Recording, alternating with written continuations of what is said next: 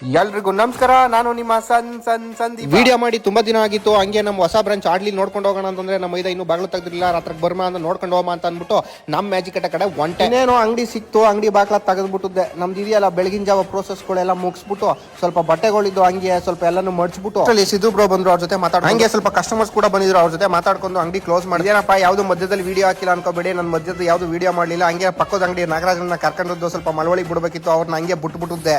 ನಾನು ಹೊಂಟಿದ್ದೆ ಆಡ್ಲಿ ಬ್ರಾಂಚ್ಗೆ. ಎಲ್ಲರೂ ಕೇಳ್ತಾ ಇದ್ರು ಯಾಕಣ ವಿಡಿಯೋ ಸ್ಟಾಪ್ ಮಾಡ್ಬಿಟ್ಟಿದ್ಯಾ ಅಂತ. ಬೆಳಿತಾವನೆ ಅಂತಂದ್ರೆ ಅವನ್ನ ತುಳಿಯೋಕೆ ನೋಡ್ತಾ ಇರ್ತಾರೆ. ಏನು ಮಾಡಕ್ಕಾಗಲ್ಲ, ಎಲ್ಲಾನು ಸಹಿಸ್ಕೊಂಡು ಹೋಗ್ಬೇಕು. ಅಷ್ಟರಲ್ಲಿ ನಮ್ಮ ಆಡ್ಲಿ ಬ್ರಾಂಚ್ ಮ್ಯಾಜಿಕ್ ಅಡ್ಡಕ್ಕೆ ಬಂದೆ. ಹಾಯ್